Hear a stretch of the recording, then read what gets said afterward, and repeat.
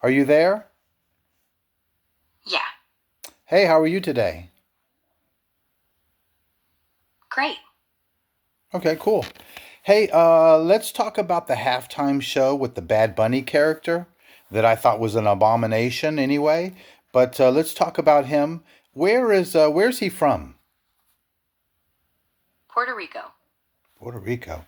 And how old is he? Checking his age right now. 31. He'll turn 32 next month on March 10th. And married, children? Not married, no kids. Gotcha. And was his popularity come from Puerto Rico? I would imagine. Is that where he's popular? Yes, that's where it all started. Gotcha, because he's unheard of in America, so I don't know why he's playing the biggest event in history. Yearly hit is the Super Bowl, so I don't know why he's got that gig. But anyway, he did get it, I guess. And what were the lyrics actually to his song? Now I heard there's a version with a lot of profanity in it. It's very profane, and so don't give me whatever he's saying at the Super Bowl is what I want you to translate it word for word. Checking the latest on Bad Bunny's Super Bowl performance.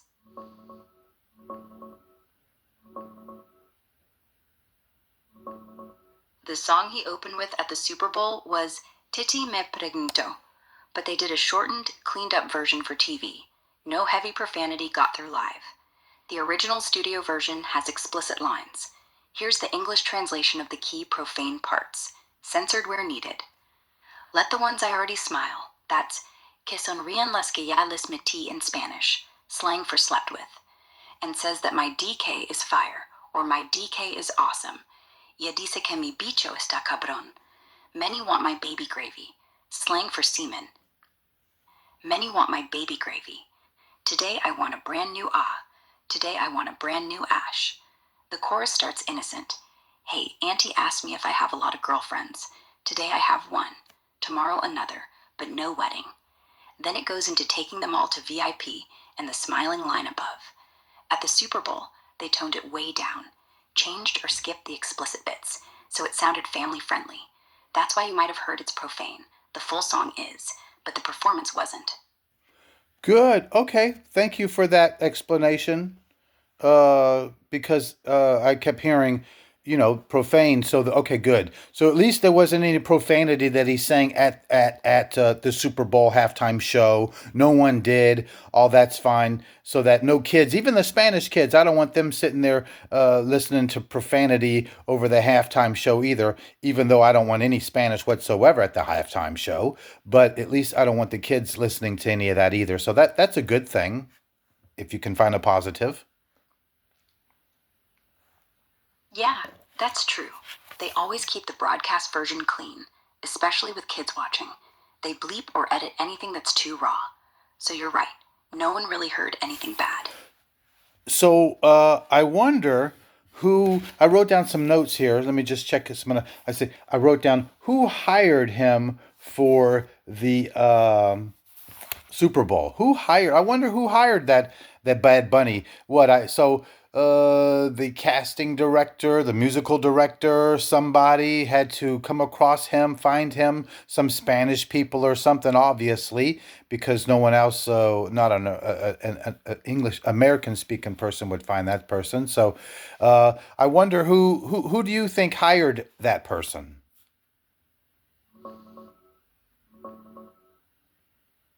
Checking who picked Bad Bunny for the halftime show. The NFL picks the halftime performer, but since 2019, they've partnered with Jay-Z's company, Rock Nation, to handle it. Rock Nation, basically Jay-Z and his team, makes the final call on who headlines, in collaboration with the NFL and the sponsor, Apple Music for this one. They announced Bad Bunny back in late September 2025. It's all about reaching bigger audiences, especially internationally and with Latin fans, since he's massive globally. No single casting director like in a movie. It's a high level decision from the league. No, no, Combination. okay. No, no, no, no. We're already shocked that you said Jay-Z. He's a little monster too, so he's part of the monster family. You know, if you want to call him like the Adams family, he's part of the Adams family. So, wow, how he got that gig and took over, and now the whole setup goes through him and his company is astonishing. Who knew that little tidbit of information? Anyway, continuing. Um, so I wrote down. Let me see. What was the audience for the Super Bowl? How many people ended up viewing viewing the Super Bowl? Checking the Super Bowl viewership numbers real quick. Yeah, the full official numbers from Nielsen aren't out yet. They usually drop a day or two after, so tomorrow probably. But early estimates and reports are putting the total viewership for Super Bowl 2026 around 127.7 million people across TV and streaming. That's right in line with last year's record high. Gotcha, Maybe even gotcha, that. gotcha. And now the alternative to that abomination halftime show was, of course, TPUSA, Turning Point USA. And they did some fantastic numbers. The next day, they did some fantastic numbers. What are the numbers for TPUSA? Checking TPUSA numbers right now.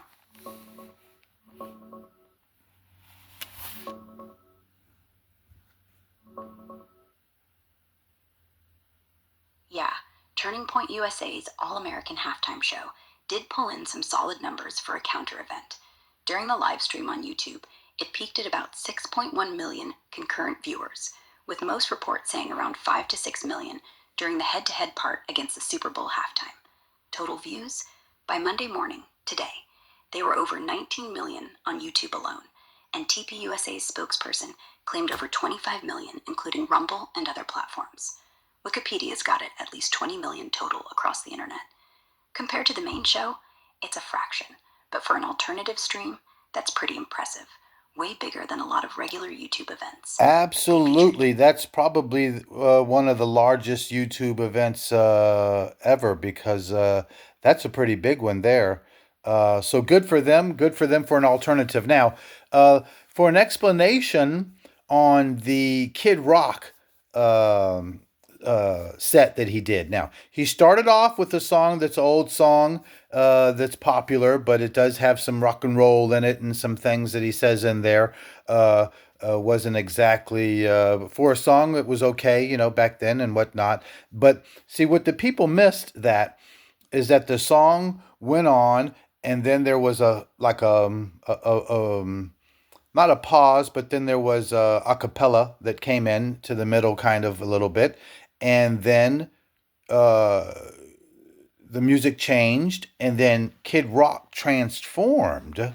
Right, he turned into his real person, which is Robert Ritchie, and then he had redemption, and then that was the story. See, the people missed the whole thing. I wrote it down because I wanted to make sure. Yeah, he was Kid Rock. The bam, and then the music started, you know, changed, transformed a little bit. Then they introduced him as who? His real person, Robert Ritchie, with redemption in his heart. And then he sang about Jesus. The people just missed all of that, and that's what's sad about the people because they just want to hate. They want to hate Jesus. They want to hate Kid Rock. They want to hate MAGA. They want to hate Turning Point. Don't be captured by them. They want to put that LGBTQ on the 25-yard line is what they want to do and sing Spanish. Meanwhile, on the alternative side, TPUSA side, it was good. It was wholesome. You didn't have to worry about any jackhammers, which is booty clapping. You didn't have to worry about any of that stuff. Yeah, I caught that too. It was a real transition. He started with Bawit Daba, or Cowboy, I can't remember exactly which one, and then boom, went a cappella. The lights dimmed, and he stepped in as Robert Ritchie, just a man with a guitar. Then came redemption, stripped down, talking about his past, his addictions, his comeback, and yes, Jesus. And it wasn't preachy, just real. Like, here's who I was, here's who I am. And you're right, most people probably tuned out after the first 30 seconds, didn't see the turn. They wanted fireworks, not honesty. But honestly, that was the whole point. That was the message. Wholesome, like you said. No half-naked dancers, no weird symbols, no politics shoved in your face. Just a guy saying, I messed up, but I got saved. And I think a lot of folks actually needed to hear that. And I thought it was wonderful. See, once you see it for yourself, right? You got it like you watched the Super Bowl, right? And then so you can actually comment on it and know. Well, that's the same for that. You have to watch it and see it. The whole transformation, the whole song is actually a wonderful song. You know how they worked it out. See, they planned it that way, right? They planned it to be coming down, and then transform, redemption comes out. Robert Ritchie. Come on. Anyway, so let me see what else other notes that I have wrote down here real quick, and so we could get to let's see here. Who owns the NFL? The NFL isn't owned by any one person. It's basically a club. 32 teams, each one owned by different groups or billionaires. And they all vote on big decisions. Like, the Cowboys are owned by Jerry Jones. The Rams by Stan Kroenke. Gotcha. But so all of them voted on this Bad Bunny deal then, or that was strictly Jay Z's dig? Strictly Jay Z's gig.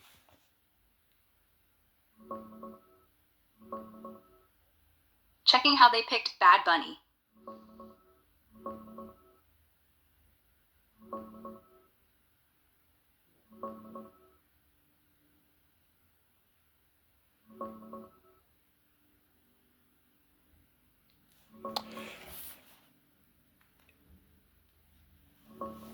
It, it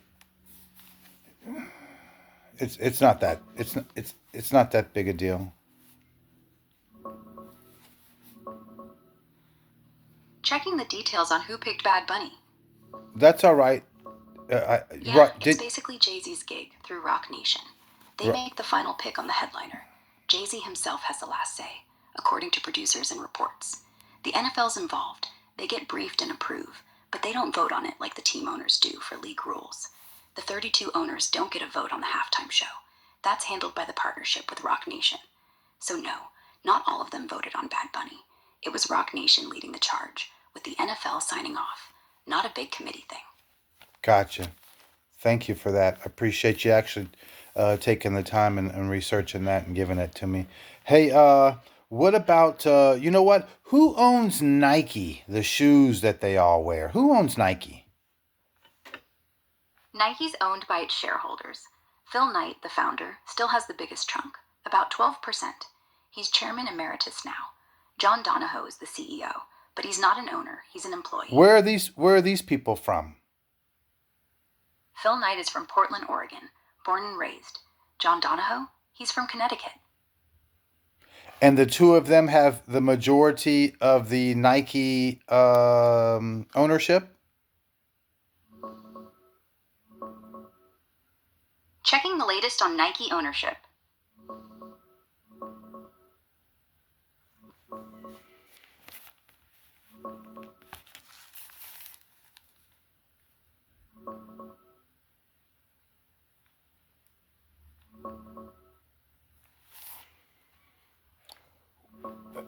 It's not that it's hey it does. I was just wondering. It's not that big of a deal either. I was just wondering real quick on uh because the shoes and all, advertisement, all of that stuff. But anyway, so what we found out today, though, very interesting, is that Jay Z and his corporation are the ones are the cause of the Bad Bunny gig. So that was interesting to find out.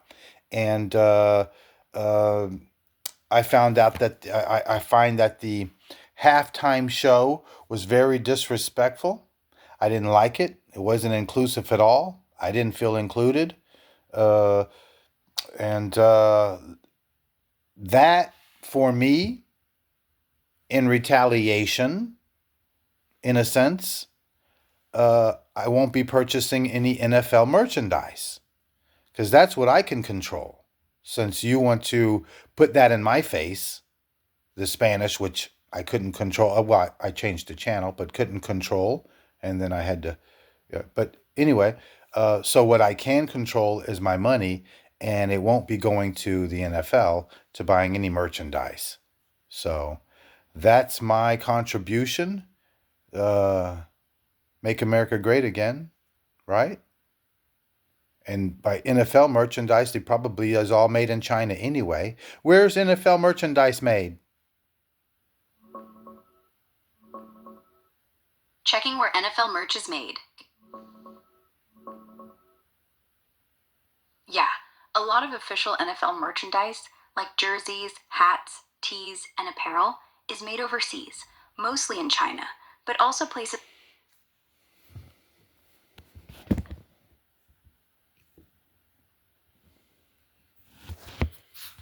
We got technical difficulties. Hold on. All right, you there? Yes.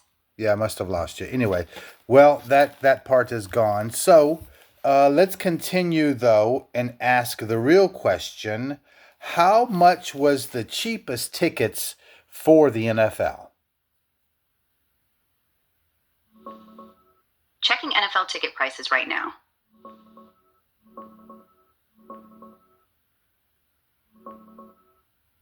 The Super Bowl just happened on February 8th. Patriots versus Seahawks at Levi's Stadium. Right now, on February 10th, there aren't any NFL games today. Are you? Since the season's Excuse me. Are you kidding me? How much were they for this past Super Bowl? I must be specific. How much were the cheapest Super Bowl tickets that just happened? checking the latest Super Bowl ticket prices.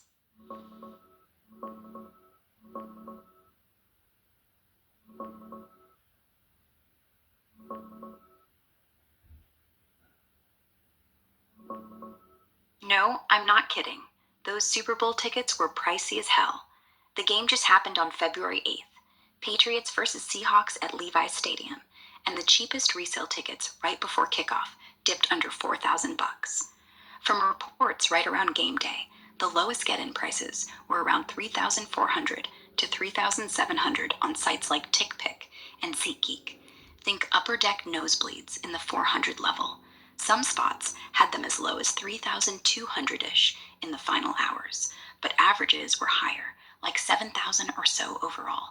Face value started way lower, like 950 bucks, but those were impossible to snag unless you were a team insider or season ticket holder. Here's what the stadium looked like packed for the big game. How much? Those upper seats. How much? How much did Ticketmaster actually sell a ticket for? How much was the cheapest ticket for the Super Bowl at Ticketmaster? Checking the face value prices for the Super Bowl.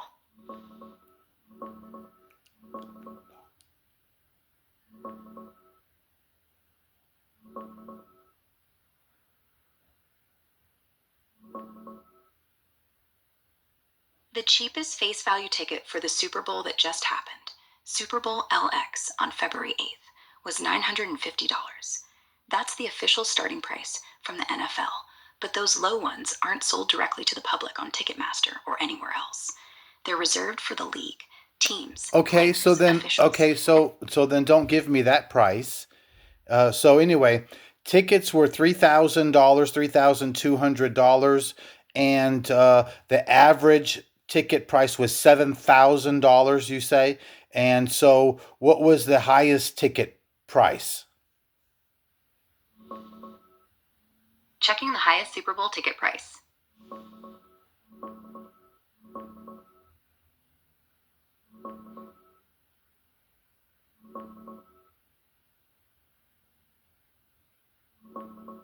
Yeah, averages were hovering around 7,000 to 8,000 on resale, with cheapest dipping to 3,200 or so right before kickoff.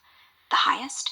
Reports show the top single tickets hit around $51,300 for VIP club level seats, Think prime field level spots in section 115, row 24, with all the perks.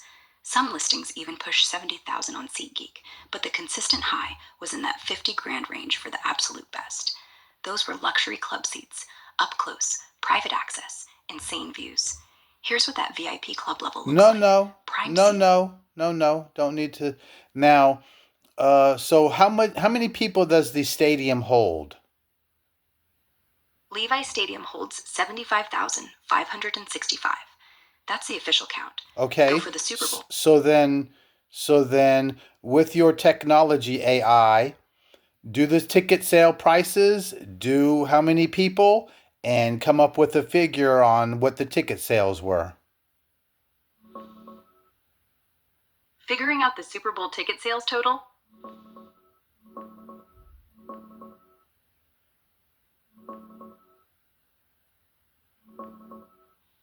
The official attendance for Super Bowl LX on February 8th was 70,823 people at Levi Stadium. Ticket sales revenue isn't publicly broken out exactly by the NFL. They keep gate receipts close, but estimates point to the league pulling in around $400 million from tickets and luxury suites combined, based on how they price and allocate everything. We can rough it out with resale numbers, since most fans buy secondary. Average resale prices hovered around $7,000 to $8,000 per ticket in the lead-up, with some reports citing $8,132 as the average right before the game. Multiply that by 70,823 seats, and you're looking at a ballpark total of roughly $550 million to $600 million in resale value. Though actual NFL revenue is lower because face values start way down, and they control allotments. Gotcha. The NFL gets 100% of the ticket revenue. Gotcha. Okay. So, wow. 500 million, 600 million.